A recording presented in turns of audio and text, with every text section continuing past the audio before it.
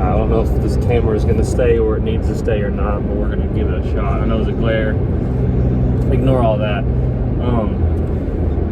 I will try to make things look better eventually. But I had, I'll just say this to start off. The best times I have in prayer seem to be in the car. But I think it's because I'm completely not focused. So we live in a time where you have to spend a lot of time in the car.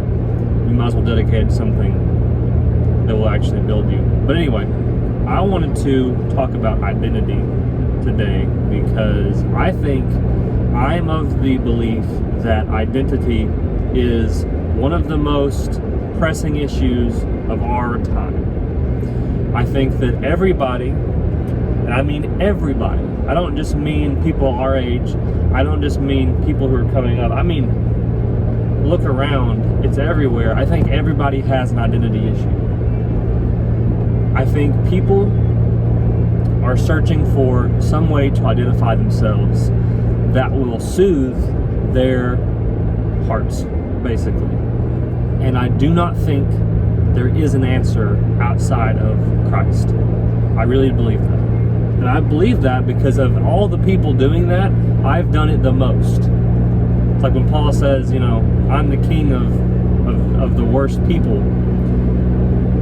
I feel that. I feel like I've spent so much of my adult life, the last 5 years, desperately searching for some way to identify myself. And I will tell you that there was no answer. And there was no improvement. And there was no solution to my problem. I didn't find it in working harder. I didn't find it in getting strong. I didn't find it in money and being financially savvy, whatever.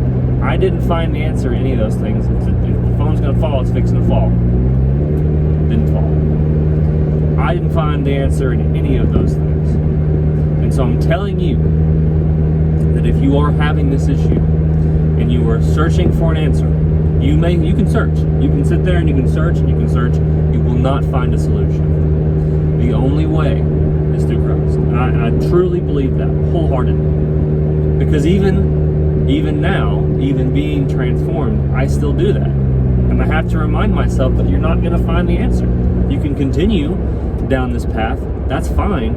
You're not going to find the answer. The only answer is that you are beloved. You are fascinating to Christ, the God of all creation. And if you can actually invest yourself in that and you can actually bury yourself in that identity, you will change. Your everything will change. In fact, it won't just be one little, it's a complete transformation.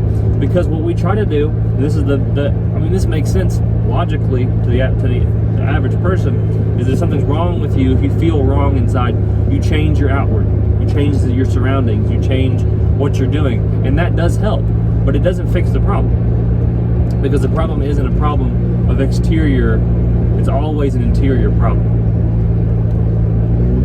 And you can't fix the interior problems. People have tried that for thousands of years. We've done philosophy, we've done psychology, we've done all these things. We don't have any more answers. There is no answer to the inner world other than being transformed by the one who created you. That's it. That's the only thing you're going to find. That's the only solution you're going to find. And again, I say this as the person who's done this. I do not say this as at a point of I'm better, I'm higher. No, I have done this. I've spent a significant portion of my life doing this, and I'm telling you that if what you're looking for is peace, then you will only find it in Christ. And it's not. And here's the thing. Here's the kicker.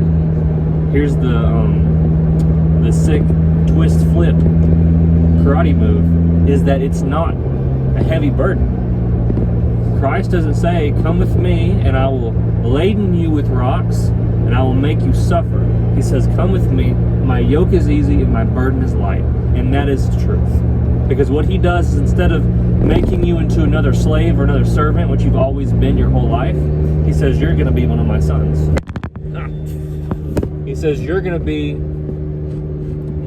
one of my sons. I'm going to treat you like that. And yes, you're vested in the farm, We like to think of ourselves in a kingdom, but if you really want to think about it, I think about it like we're a family farm, and like this is your inheritance. Like, here's what I've given you.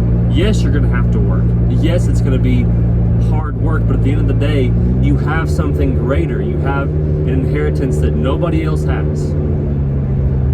You have this, and so yeah, you're gonna have to work your whole life. You're gonna have to do stuff, but I'm giving you the keys to what I have. And so I feel like I'm rambling. I'm just trying to say that we live in a generation of people, we live in a world of people all across the board who are unhappy and unsatisfied because they do not have anything sufficient to identify them. And that is why people spend $100,000 on vehicles, and that is why people spend hundreds of thousands or thousands of dollars modifying their body. And it's the reason people do the things, the illogical things they do, is at a place of inferiorness or feeling like they are incomplete. And I'm telling you, you can go and you can get the nicest car and the nicest house, and you can have all the things, and you can try to measure up, but you will not. You will never. It won't happen. And that's a promise I'm making to you. And so, for better or worse, that's what I got.